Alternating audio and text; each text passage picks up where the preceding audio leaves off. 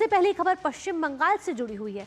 होता क्या है कि जब भी चुनाव आते हैं तो चुनाव से जनता को ये अपेक्षा होती है कि उसके द्वारा चुना हुआ प्रतिनिधि उसके क्षेत्र में विकास करेगा और वो अपने आप को सुरक्षित महसूस करेगा। लेकिन पश्चिम बंगाल में चुनावी पारा इस समय जरूर हाई है, लेकिन महिला सुरक्षा एक बड़ा मुद्दा बना हुआ है। राज्य की मुख्यमंत्री खुद महिला है, ऐसे में इतनी तो उम्मीद की ही जाती है कि राज्य में महिलाएं सुरक्षित होंगी। लेकिन दो घटनाएं हम आपको बताएंगे जिसे तस्वीर ममता की नहीं निर्ममता की दिखेगी। ताजा मामला पानीहाटी से जुड़ा हुआ है। ये वो सीट है जहां आरजीकर मेडिकल कॉलेज में आपको याद होगा 2024 में रेप और मर्डर हुआ था और उस पीड़िता की मां को रत्ना देवनाथ को बीजेपी का प्रत्याशी बनाया गया है। लेकिन उन्हीं पर ही हिंसा हो जाती है और महिला सुरक्षा को लेकर एक बार फिर सवाल खड़े हो जाते हैं। लेकिन महिला प्रत्याशी जो भाजपा प्रत्याशी है, भाजपा नेता है, भाजपा का चर्चित चेहरा है, उन्हीं पर हिंसा होती है तो तमाम सवाल बड़े खड़े यहाँ हो जाते हैं।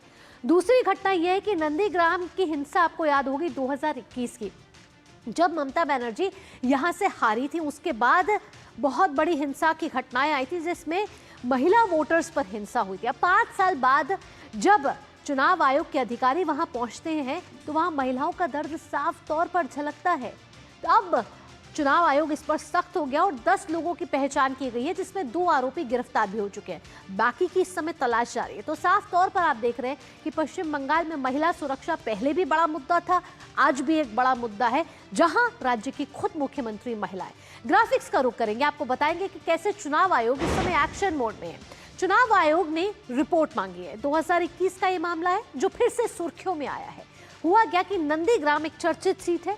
नंदीग्राम वो सीट जिसको ममता बनर्जी का गढ़ माना जाता था, लेकिन यहीं से हारी थी वे अपने ही पूर्व सहयोगी शुवेंदु अधिकारी से 2021 में। अब जब हारने के बाद वहां पर वोटर्स पर हमला हुआ था, कहा जा रहा था कि जिन महिला वोटर्स ने भाजपा को वोट दिया है उन पर हमला हुआ है। अब 5 साल बाद जब चुनाव आयोग के अधिकारी वहां बातचीत करने जाते हैं, निरीक्षण करने जाते हैं, देखने जाते हैं कि अब चुनाव आने वाला है तो कैसी तैयारियां हों, लेकिन जब महिलाओं से बात होती है तो वहां आज भी डर और खौफ का माहौल है।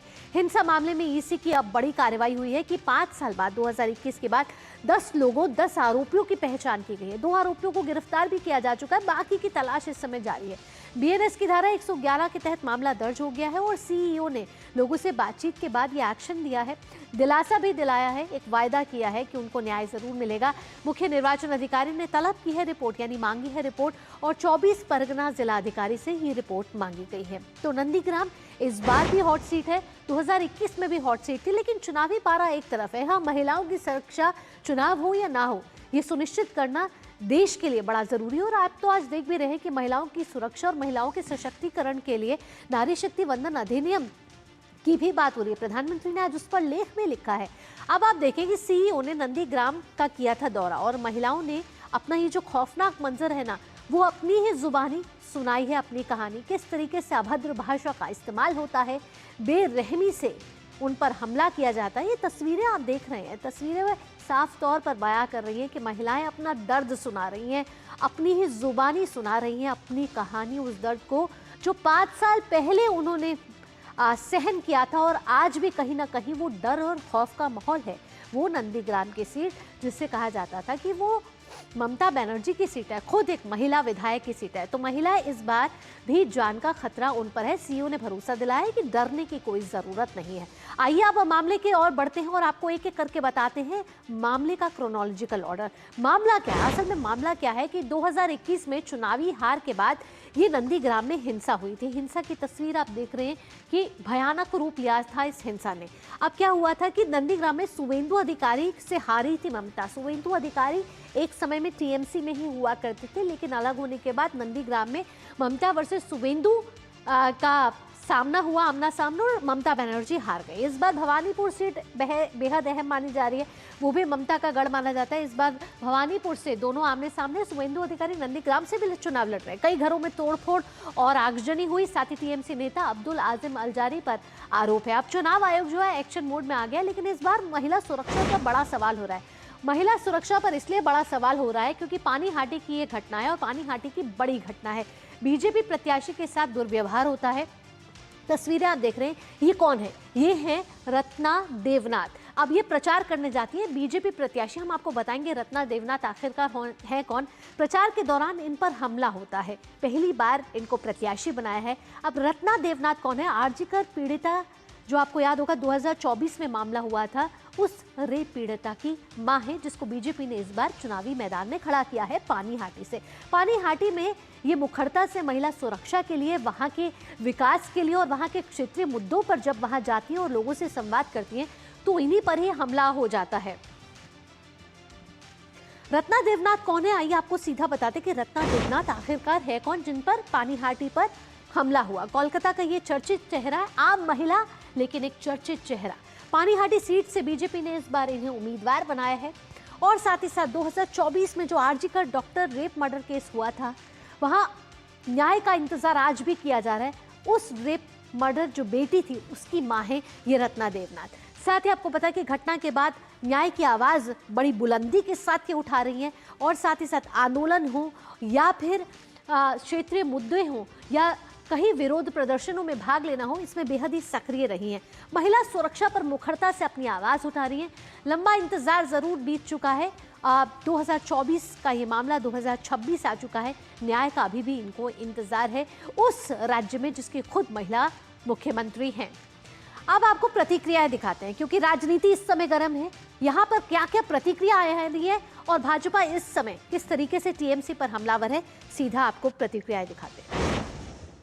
टीएमसी अभी से बोल रहा है देख लूंगा, काट दूंगा, जो आ रहा है ममता बनर्जी खुद डरा रहा है सब। इसलिए आम वोटर का जो हियर साइकोसिस है, डर का माहौल है, इसको खत्म करने का काम इलेक्शन कमीशन का ही करना होगा। ये पॉलिटिकल पार्टी का काम नहीं है। देखिए, उन्होंने पार्टी के पास लेटर दिया था, एप्लीकेशन दिया था कि मैं पार्टी का कैंडिडेट होना चाहता हूँ। पार्टी ने तय किया है, बीजेपी ने तय किया है।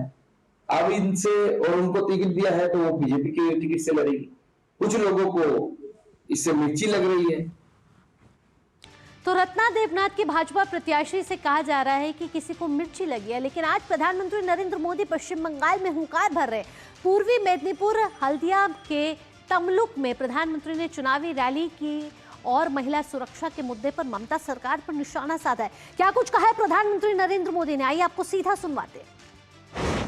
टीएमसी के 15 वर्षों में पश्चिम बंगाल में महिलाओं के खिलाफ क्राइम का ग्राफ ऊपर ही जा रहा है और जो दोषी हैं उनको सजा दिलाने में टीएमसी सरकार का रिकॉर्ड निचले स्तर पर है। टीएमसी के राज में बेटियां सड़क पर सुरक्षित नहीं, डॉक्टर बने तो बेटी सुरक्षित नहीं है, बेटी वकील बनने जाए तो उसके साथ अत्याचार होते हैं। ऐसा इसलिए है क्योंकि टीएमसी सरकार गुंडों और अपराधियों को संरक्षण देती है, क्योंकि वही लोग टीएमसी को वोट दिलवाते हैं, वो वोट के ठेकेदार हैं।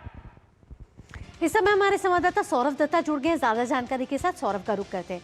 सौरभ, अगर आज की घटना को देखा जाए तो लोकतंत्र की मजबूती के लिए, महिला नेतृत्व को आगे लाने के लिए नारी शक्ति वंदन अधिनियम की बात हो रही है ताकि संसद और विधानसभाओं दोनों में महिला शक्ति बढ़े। लेकिन जहां राज्य की मुख्यमंत्री खुद महिला हो, वहां इस तरीके की घटनाएं आना, महिलाएं अपने आप में असुरक्षित महसूस करना एक बड़ा चुनावी मुद्दा है। इस बार महिला सुरक्षा, महिलाएं इंतजार कर रही हैं कि कब हम पूरी तरीके से, पूर्ण तरीके से सुरक्षित हो पाएंगी। भावना, देखिए, ममता बनर्जी के 15 साल के शासनकाल में बार बार ये सवाल उठा है कि महिला मुख्यमंत्री है राज्य के, फिर भी महिलाएं क्यों सुरक्षित नहीं है।